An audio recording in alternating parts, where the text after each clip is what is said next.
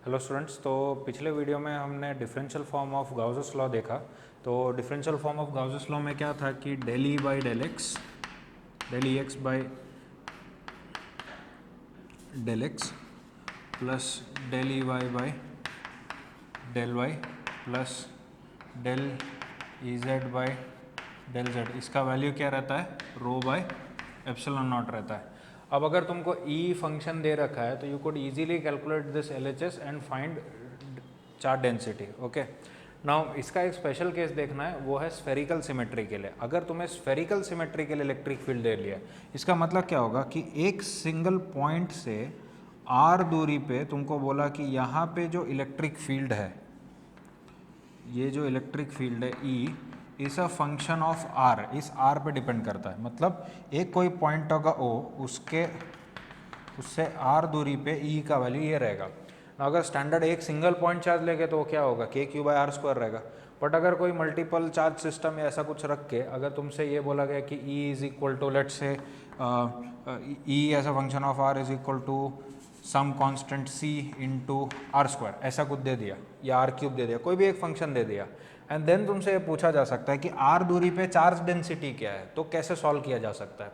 तो उसके लिए अभी मैं गाउसेस लॉ यूज़ करूँगा टू फाइंड, या फिर ऐसा सोच सकते हैं कि it is Gauss's law for spherical symmetry. Alright, so let's look at that.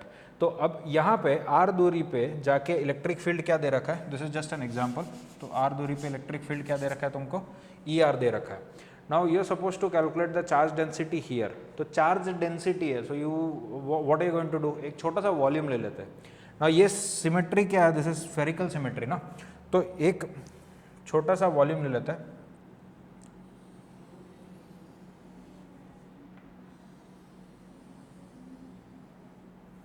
ये जो वॉल्यूम है आर दूरी पे जाके,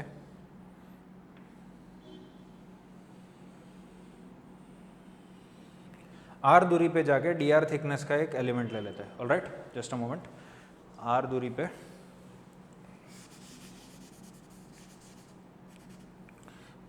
पे जाके डी आर थिकनेस का एलिमेंट ले लेते हैं।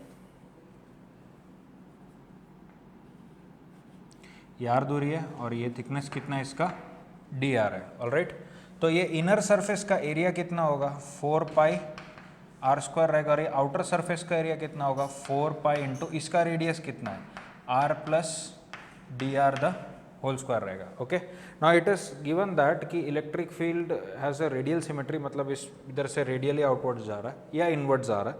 तो लेट्स से अगर जनरलाइज करने के लिए आउटवर्ड्स जा रहा है, तो इधर जो इलेक्ट्रिक फील्ड होगा, let's say the electric field here is E, तो इधर से जो बाहर निकलने वाला इलेक्ट्रिक फील्ड क्या रहेगा, ई प्लस डी ई होगा।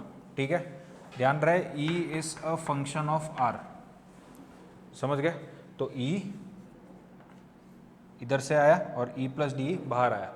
Now we are looking at this particular volume. ये जो वॉल्यूम दिख रहा है तुमको, ये एक शेल का वॉल्यूम मान सकते हैं ना, स्फेरिकल शेल का वॉल्यूम। तो इसके अंदर जो चार्ज होगा d q is the charge inside that spherical shell, would be equal to density into volume. Okay, it would be density into volume.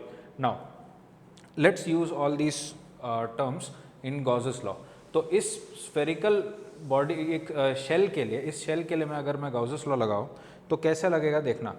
तो Gauss's law के अकॉर्डिंग क्या, net flux is equal to charge by epsilon naught. ठीक है, तो net flux देखो, exiting flux किसका, E plus d E है, तो E plus d E times बाहर का एरिया, वो कितने एरिया से बाहर निकल रहा है देखो, इससे एरिया से, तो into 4 pi into r plus d r the whole square. ये वो फ्लक्स है जो इस वॉल्यूम से बाहर निकल रहा है, और एंटर कौन कर रहा है, E into 4 pi r square होगा। So this would be E into 4 pi r square. ये हुआ एग्जिट एंटरिंग फ्लक्स, ये हुआ एग्जिटिंग फ्लक्स, तो ये हुआ क्या, टोटल फ्लक्स हो गया। Alright, and this would be equal to total charge enclosed in this volume by epsilon naught.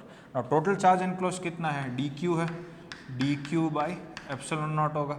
Now what is d q? D q can be written as rho d v by epsilon naught. Now what is d v? What is the volume of this? इसका volume हम जानते हैं क्या होगा, 4 pi r square d r by epsilon naught होगा. बोलो clear? अब ध्यान से देखना मैं क्या कर रहा हूँ, इस टर्म में ब्रैकेट ओपन करता हूँ, ठीक है. तो इस टर्म में ब्रैकेट ओपन करता हूँ तो देखो क्या आ रहा है, तो this would be E plus d E into 4 pi into r square plus 2r dr plus dr का square minus E into 4 pi r square is equal to rho 4 pi r square by epsilon naught into d r. ना एक चीज़ notice कर सकते हो कि D R का जो square है वो तो गया, वो तो बहुत छोटा वैल्यू होगा, तो you could clearly eliminate this point D R square, क्योंकि डी आर खुद छोटा और उसका स्क्वायर तो और भी छोटा होगा, तो you could clearly eliminate this term. Alright, तो ये 2r dr हो जाएगा.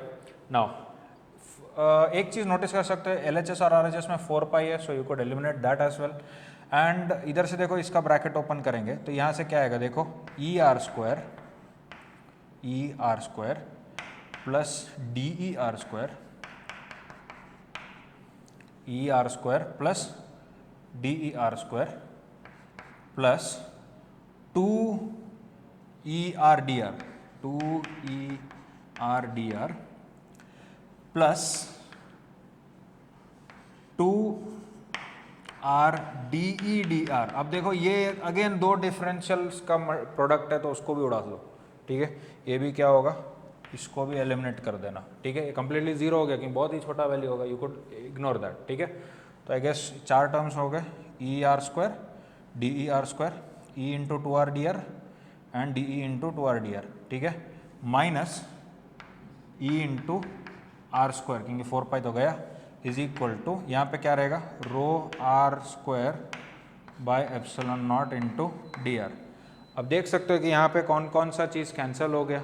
इधर से देखो ये ई आर स्क्वायर और ये ई आर स्क्वायर कैंसिल. अब इधर देखो कि बचा क्या, LHS में क्या बचा, LHS में क्या बचा है, d E r square plus 2ER dr is equal to 2ER dr is equal to rho r square by epsilon naught into d r. Now हम लोग क्या करेंगे, हमें क्या चाहिए, हम लोग को रो चाहिए, तो रो कैलकुलेट करने के लिए I am erasing this part. Okay, हमें तो रो चाहिए, तो रो कैलकुलेट करने के लिए इधर बाकी सारे टर्म्स को उस तरफ ले जाओ, तो rho would be equal to क्या आ जाएगा, epsilon naught by r square d r into d E r square plus 2ER dr. Okay, तो इधर से देखो पहला टर्म में क्या हो गया, ये तो एप्सिलॉन नॉट तो है ही बाहर, एप्सिलॉन नॉट इधर से ये आर स्क्वायर कैंसिल और ये क्या हो जाएगा, D E by d are हो जाएगा, D E by d are plus 2 times ये डी आर कैंसिल, ये क्या होगा 2 टाइम्स ई बाई आर हो गया. Alright, so that is charge density as a function of electric field. Okay, तो इसमें से देखो क्लियरली अपने को क्या मिल जाएगा, अगर तुमको electric field as a function of r दे रखा है तो you could calculate charge density as a function of r. बस उसका डेरिवेटिव को एप्सिलॉन नॉट से मल्टीप्लाई करना, बस एक छोटा सा मिस्टेक, ये दोनों पूरा ब्रैकेट में रहेगा. ऑलराइट, तो उसका डेरिवेटिव को 2 टाइम्स ई बाय आर से मल्टीप्लाई कर देना एप्सिलॉन नॉट के साथ, ठीक है. तो that will give you the charge density for spherical symmetry. Now ये थोड़ा डिफिकल्ट वर्जन हुआ जहाँ पे तुमको electric field as a function of r दे रखा है. ऐसे प्रॉब्लम्स हो सकते हैं जहाँ पे तुमको flux as a function of r दिया जा सकता है. तो उसके लिए क्या होगा वो देखते हैं, सॉरी. तो let's look at that case. तो उस केस में मेथड सेम है, बस इसमें फ़र्क क्या आ जाएगा, हमें इतना ये ई इंटू आर वगैरह ई इंटू एरिया वगैरह करने का कोई ज़रूरत नहीं पड़ेगा. Okay, so in case you have been given flux as a function of r, ऐसे भी क्वेश्चन हो सकता है. इधर कौन सा किया हमने, electric field as a function of r दे रखा है और तुमने चार्ज डेंसिटी कैलकुलेट किया. अगर तुमको flux as a function of r दे रखा है तब क्या करेंगे, देखो ये आर दूरी पे जाके डी आर थिकनेस का स्फेरिकल सिमेट्री ले लेंगे, ये डी आर थिकनेस हो गया, पार्डन माई डायग्राम, ये इस वॉल्यूम में लेना है। नाउ इसमें क्या दे रखा है कि जो एंटरिंग फ्लक्स है वो फाई होगा एंड एग्जिटिंग फ्लक्स क्या होगा, फाई प्लस डी फाई होगा। It is given that phi is a function of r, ठीक है, ठीक है, कुछ भी हो सकता है, phi is equal to C r square something, कोई भी फंक्शन दे देगा। तो in that case you are suppose to calculate the charge density, तो इसमें रो कितना रहेगा ये कैलकुलेट करना है। Alright, so will go by the same method. तो इसमें हम लोग गाउसेस लॉ लगाएंगे इस बॉडी के लिए, तो इस बॉडी पे गाउसेस लॉ लगाएंगे तो एग्जिटिंग फ्लक्स कितना हुआ, phi plus d phi, entering flux कितना हुआ, एंटरिंग फ्लक्स फाई हुआ, is equal to charge enclose by epsilon naught. Charge enclose कितना रहेगा, density into volume, volume is 4 pi r square d r, okay, 4 pi r square d r divided by epsilon naught. Alright, तो इधर से देखो क्या आ गया अपने को, इधर से डी फाई हो गया, d phi is equal to 4 pi rho r square d r by epsilon naught. तो इधर से देखो रो क्या आ गया, epsilon naught by 4 pi, epsilon naught by 4 pi r square into d phi by d r, okay. तो charge density अगर तुमको फ्लक्स के टर्म्स में कैलकुलेट का, फ्लक्स ऐसा फंक्शन ऑफ आर दे रखा है तो चार्ज डेंसिटी ऐसा कैलकुलेट होगा, ओके। तो I guess you have understood this is a little bit advance level. अगर तुम नीट के स्टूडेंट्स हो you can ignore this video, इसको देखने का ज़रूरत नहीं है, ठीक है, I should have said that earlier. Anyway, तो स्पेसिफिकली जे एडवांस लेवल के प्रॉब्लम सॉल्व करने के लिए ये कंसेप्ट यूज़ हो सकता है, राइट। Thank you.